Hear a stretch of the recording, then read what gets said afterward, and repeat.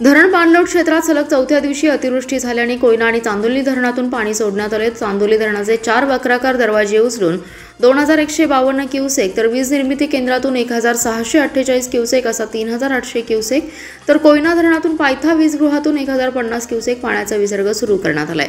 दोन्ही धरणातून पाणी सोडण्यात येत असल्याने कृष्णा आणि वारणा काठावर पुराची धास्ती निर्माण झाली आहे। सांगलीच्या आयर्विन पुलाची पाणी पातळी 27 फुटांवर स्थिर आहे, मात्र वारणेची पाणी पातळी वाढण्याची शक्यता आहे। जिल्ह्यात दिवसभर पावसाची संततधार सुरूच राहिली आहे। चांदोली आणि कोयना क्षेत्रात पावसाचा जोर कायम राहिलाय।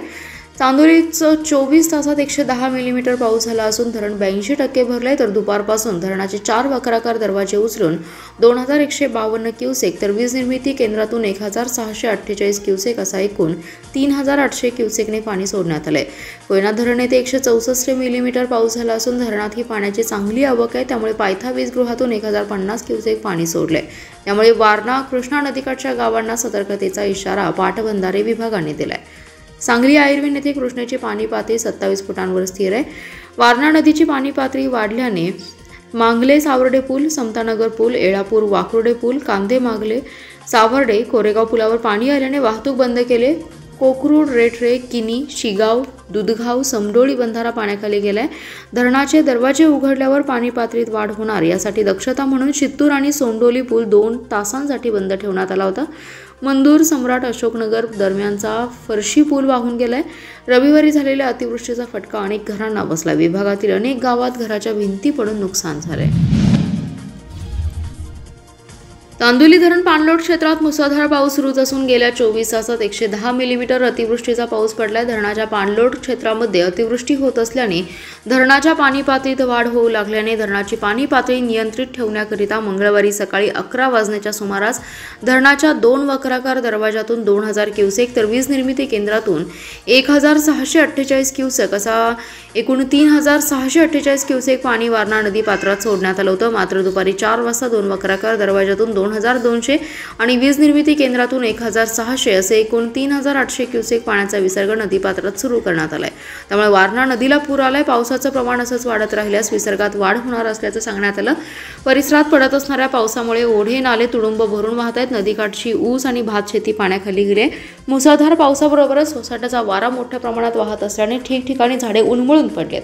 परिसरातील विद्युत पुरवठा बंद अवस्थेत आहे। नदीकाठावरील गावांना सतर्कतेचा इशारा धरण प्रशासनाकडून देण्यात आलाय।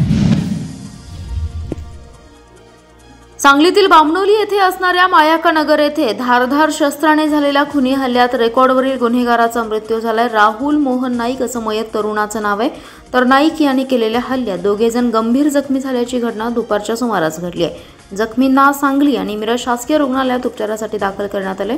मयत राहुल नाईक हा पोलिसांच्या रेकॉर्डवरील गुन्हेगार आहे। नाईक हा मायाका नगर येथे आज दुपारी थांबला होता। यावेळी त्याच्या ओळखीचे असणारे 2 जण त्या ठिकाणी आले। त्या संशयितांनी पूर्ववैमनस्यातून वाद घालण्यास सुरुवात केली। पुन्हा त्यानंतर मायाका नगर येथील अंगणवाडी समोर रस्त्यावर मयत राहुल त्याचा भाऊ दीपक हे गेले। तेथे वाचाबाचीचं रूपांतर धारधार शस्त्राने हाणामारीत झालं। यात राहुल नाईक याच्या पोटात आणि शरीरावर धारधार शस्त्राने वार झाला। अतिरक्तस्राव झाल्याने त्याचा मृत्यू झाला, तर त्याचा भाऊ दीपक नाईक आणि मारेकरी गंभीर जखमी झालेत। त्यांना उपचारासाठी रुग्णालयात दाखल केले। मयत व संशयित हल्लेखोर दोघेही रेकॉर्डवरील गुन्हेगार असल्याची माहिती घटनास्थळावरून मिळाली। दरम्यान घटनेची माहिती मिळताच मिरजेचे उपविभागीय पोलीस अधिकारी प्रणिल गिल्डा यांच्यासह कुपवाड पोलिसांनी तातडीने घटनास्थळी धाव घेतली। जखमी आणि मयत नाईक यांना सांगली आणि मिरजेतील शासकीय रुग्णालयात दाखल करण्यात आले। दरम्यान भर दिवसा घडलेल्या या घटनेनं खळबळ उडाली आहे। केंद्रात सलग तिसऱ्यांदा भाजपा सरकार आल्यानंतर मंगळवारी पहिलाच अर्थसंकल्प सादर करण्यात आला। या अर्थसंकल्पात त्यांनी नोकरदार, शेतकरी, महिला आणि युवक यांच्या बाबतीत अनेक महत्त्वपूर्ण घोषणा केल्या आहेत। सत्ताधारी भाजप नेत्यांकडून स्वागत, तर महाविकास आघाडीसह शेतकरी संघटनांनी घोर निराशादायक अर्थसंकल्प असल्याची टीका केली। तर या अर्थसंकल्पावर सत्ताधारी, विरोधी राजकीय पक्षांसह शेतकरी संघटनांच्या प्रतिनिधींकडून आपल्या प्रतिक्रिया व्यक्त करण्यात आल्या। देशाचा अर्थसंकल्प मंगळवारी केंद्रीय अर्थमंत्र्यांनी मांडलाय, पण हा अर्थसंकल्प मांडताना महाराष्ट्राच्या तोंडाला पाणी पुसलेत। महाराष्ट्र हे प्रगत राज्य असून देशात सर्वात जास्त जीएसटी संकलन देणार आहे, तरी पण अर्थसंकल्पामध्ये महाराष्ट्र राज्यासाठी कोणतीही ठोस योजना नाही। यातूनच भाजप सरकारचा महाराष्ट्राबाबत आकस दिसून येतोय। जनतेची घोर निराशा झाली असल्याची प्रतिक्रिया खासदार विशाल पाटील यांनी दिली आहे। अर्थसंकल्पात गरीब वर्ग, महिला, युवक आणि शेतकरी यांच्या विकासाचा आणि प्रगतीला पूर्ण प्राधान्य दिले. सहकार क्षेत्रासाठी देशव्यापी व्यापक धोरणही प्रथमच जाहीर झालं. त्याचबरोबर कर सवलतीचा निर्णय मध्यमवर्गीयांना दिलासा देणारा असल्याचे आमदार सुधीर गाडगे यांनी मत व्यक्त केले. सर्वसमावेशक, सामान्य जनतेला दिलासा देणारा असा अर्थसंकल्प असल्याचे भाजपचे माजी खासदार संजय काका पाटील यांनी सांगितलं. देशाच्या अर्थसंकल्पात यंदाही महाराष्ट्राच्या पदरी घोर निराशा पडली आहे. मागील वेळी बिहार आणि आंध्र प्रदेशला अनुक्रमे 26 व 15,000 कोटींचा निधी दिला. यंदाच्या अर्थसंकल्पात महाराष्ट्रासाठी कोणत्याही विशेष निधीची तरतूद झाली नसल्याची खंत वंचित बहुजन आघाडीचे युवक प्रदेश उपाध्यक्ष इंद्रजित घाटे यांनी व्यक्त केली आहे. महापुराच्या आपत्तीसाठी प्रशासनाची यंत्रणा सज्ज आहे, पण पुराच्या काळात नागरिकांनी प्रशासनाने दिलेल्या सर्व सूचनांचे पालन करावे. धोका टाळण्यासाठी अत्यावश्यक साहित्यांसोबत स्थलांतर व्हावे असे आवाहन जिल्हाधिकारी राजा दयानिधी यांनी दिले. जिल्हाधिकारी आणि आयुक्त शुभम गुप्ता यांनी नदीकाठी, सरकारी घाट, सूर्यवंशी प्लॉट आदी परिसराची पाहणी केली. तर आपत्ती व्यवस्थापन अंतर्गत स्थापन केलेल्या वॉर रूमला भेट देऊन कामकाजाची माहिती घेतली. यावेळी जिल्हाधिकाऱ्यांनी पूर परिस्थिती निर्माण झाली तर आवश्यक त्या उपाययोजना करण्याच्या सूचना अधिकाऱ्यांना दिल्या. जिल्हाधिकारी दयानिधी म्हणाले, कोयना धरण परिसरात अतिवृष्टी झाल्याने कृष्णा नदीच्या पाणी पातळीत झपाट्याने वाढ झाली आहे. नदीकाठी असलेल्या काही भागात पाणी येण्याची शक्यता आहे. त्यामुळे नदीकाठी असलेल्या नागरिकांनी प्रशासनाकडून दिलेल्या सूचनांचे पालन करावं. पुढील धोका टाळण्यासाठी पूरग्रस्तांनी निवारा केंद्रात स्थलांतरित व्हावे. काही अत्यावश्यक असं साहित्य सोबत घेऊन स्थलांतर व्हावं असं आवाहन त्यांनी केलंय. तर प्रशासनाच्या वतीने सर्व तयारी पूर्ण झाली असून संभाव्य आपत्तीसाठी प्रशासन तयार असून NDRFची टीम, अग्निशमन दल, महापालिका प्रशासन आणि जिल्हा प्रशासन सज्ज असल्याचं त्यांनी सांगितलंय. निवारा केंद्राची आढावा देखील जिल्हाधिकाऱ्यांनी घेतलाय. नागरिकांची कोणतीही गैरसोय होई नाही याची खबरदारी घ्यावी अशा सूचना जिल्हाधिकारी डॉक्टर राजा दयानिधी यांनी महापालिका प्रशासनाला दिल्या. महापालिकेच्या कायम, बदली, मानधन, कंत्राटी कर्मचाऱ्यांच्या विविध मागण्यांबाबत संघर्ष सफाई संघटित आणि असंघटित कर्मचारी संघटनेच्या वतीने आयुक्तांना निवेदन देण्यात आले. तर मयत आनंद महेंद्रकर, वंदना कांबळे आणि सुरेश सोकटे यांच्या कुटुंबियांना 25 लाखांची आर्थिक मदत करण्याची मागणी देखील करण्यात आली आहे. संघर्ष सफाई संघटित आणि असंघटित कर्मचारी संघटनेचे प्रदेशाध्यक्ष महेश कुमार कांबळे यांनी निवेदन दिले. यात म्हटलंय की कर्मचाऱ्यांच्या आणि त्यांच्या कुटुंबियांच्या सुरक्षेसाठी अपघाती विम्याची रक्कम पगारातून कपात करण्याचा निर्णय घेऊन महापालिकेने ती जमा झालेली विम्याच्या हप्त्याची रक्कम विमा कंपनीकडे वर्ग करावी. महापालिका पाणी पुरवठा विभागातील मयत किशोर महेंद्रकर तसेच मयत बदली कामगार वंदना कांबळे आणि सुरेश सोकटे यांच्या कुटुंबाला तात्काळ 25 लाखाची आर्थिक मदत घोषणा करावी.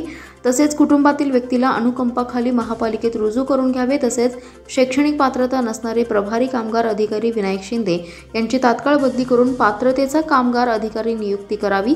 कर्मचाऱ्यांच्या या मागण्यांचा विचार करावा, अन्यथा तीव्र आंदोलन करण्याचा इशारा महेश कुमार कांबळे यांनी दिलाय. कोयना व वारणा पाणलोट क्षेत्रात अतिवृष्टी होत असल्याने कृष्णा व वारणा नदीच्या पाणी पातळीत वाढ होते. मंगळवारी पाणी पातळी 27 फुटांवर स्थिर होती.